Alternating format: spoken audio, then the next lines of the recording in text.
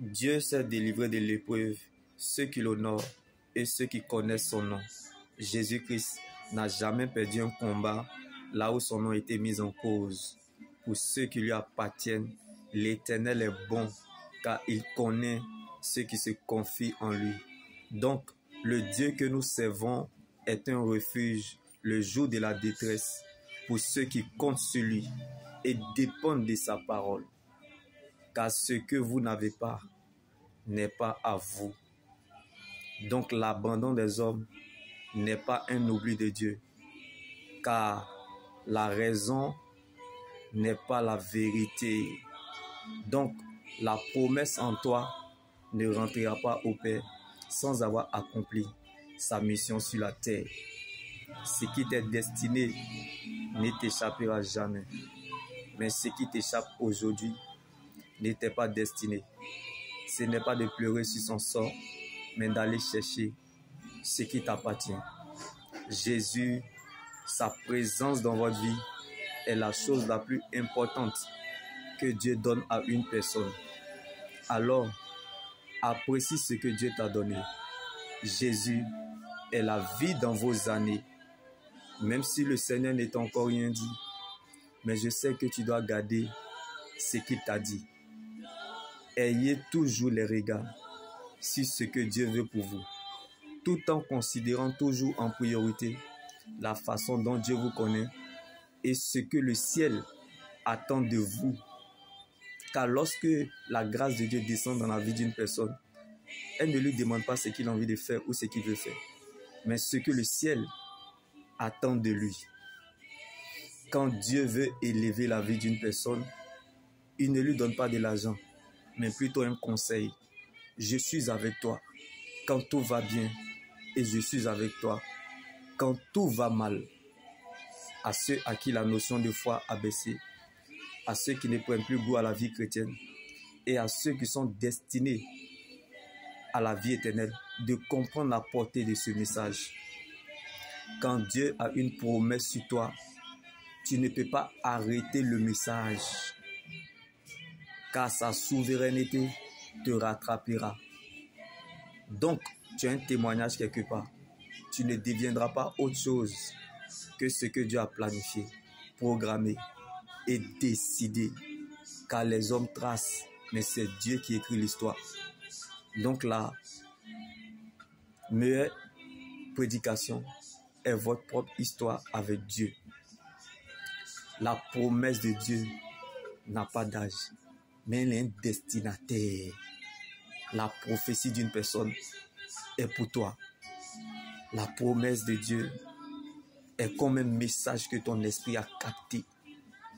Et lorsque ton esprit a capté ce message, tu cours avec ça, comme Jérémie dans le trou, comme David dans la vallée, comme Moïse dans l'esclavage, comme Abraham dans l'incertitude, comme Saraï dans la stérilité, comme Batimée dans le désespoir, comme Rebecca dans la tristesse, comme Isaac dans la solitude, comme Jacob dans la souffrance.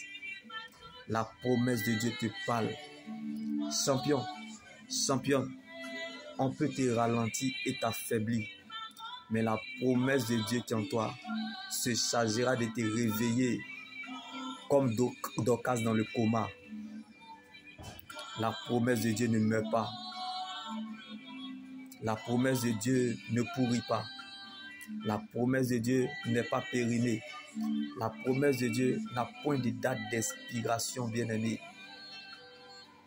Même si tu ne veux plus croire, le ciel croira à ta place.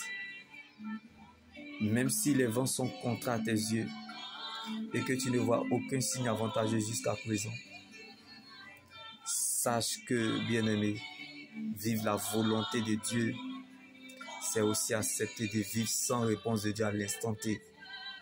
Car ce qui est urgent pour nous n'est pas forcément important pour Dieu. Car Jésus n'est pas venu pour les cas urgents, mais pour les patients. Donc ta patience détermine la foi que tu as en Dieu. Car la vie est ce que nous pensons. Le diable cherchera toujours à te montrer ce que tu penses. Tu peux perdre ce que tu as, mais tu ne peux pas perdre ce que tu es. car l'éternité est ce que Dieu pense de nous. Donc Dieu te fera toujours apprécier ce que tu es, car ce n'est pas la joie du moment qui compte pour Dieu, mais plutôt la finalité de son plan qu'il a déjà établi pour notre vie. Donc la fête changera des camps. Ce n'est pas parce que tu ne vois rien que tu n'as rien. Même si tu n'as rien, mais sois fier de ce que tu es. Même si tu ne peux pas avoir ce que tu n'as pas vu, la foi te donnera ce que tu as. Mais ce que tu es dépend de ce que le ciel a décidé. Donc, tu es ce que tu deviendras et non ce que tu traverses. Car ce n'est pas la condition de vie qui détermine ce que tu es, mais c'est la parole de Dieu qui conditionne ta vie. Donc, ce n'est pas les circonstances qui déterminent ta fin, mais c'est ce que tu es, tu le deviendras. Bien-aimé, peu importe les circonstances, la bénédiction repose sur vous. Comme Jésus dormait pendant la tempête. Si cette situation refuse d'entendre le langage humain, elle entendra le langage divin. Comme Salomon s'est réveillé un matin dans un rêve qui a changé sa vie.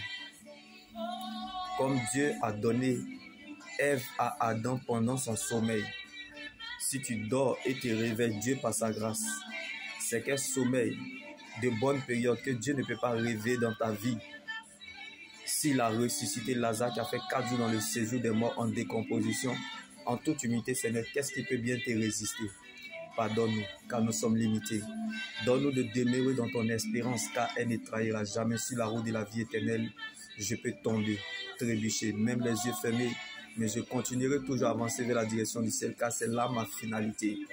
Donc la fin de toute personne sur la terre est le commencement de son éternité. Alors heureux donc celui qui prendra son repas dans le royaume de Dieu, car la vie avec Jésus est un espace sans fin. Donc celui qui vit avec Dieu mourra avec Dieu. Mais la vie sans Christ, c'est une fin sans espoir. Celui qui vit sans Dieu mourra sans Dieu. Donc c'est à partir de tes décisions que la couleur de ton année sera décidée. Car nous appelons le futur de ce que nous conjuguons dans le présent. Donc ce que nous vivons sur la terre prépare ce que nous allons vivre dans l'éternité. Donc chacun mourra par sa manière de vivre. Chacun prépare sa mort par sa manière de vivre. Et chacun choisit sa mort par sa manière de vivre. Je ne sais pas si l'espérance en la parole de Dieu fait vivre, mais moi, elle m'empêche de mourir. Si ta parole, Jésus, ne faisait pas ma joie, dans mon malheur, je serais déjà mort. Alléluia. Il a fallu, bien-aimé, que Abraham attende 25 ans avant d'avoir son Isaac.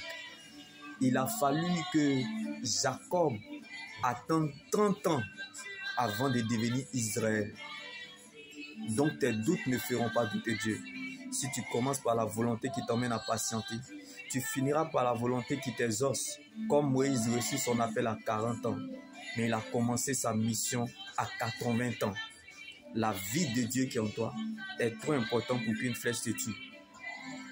Coûte que coûte, tu y arriveras jusqu'au bout. Comme Joseph a porté son rêve jusqu'au bout, malgré l'esclavage. Bien-aimé, tant que tu n'as pas encore réalisé le plan de Dieu, tu ne peux pas quitter la scène.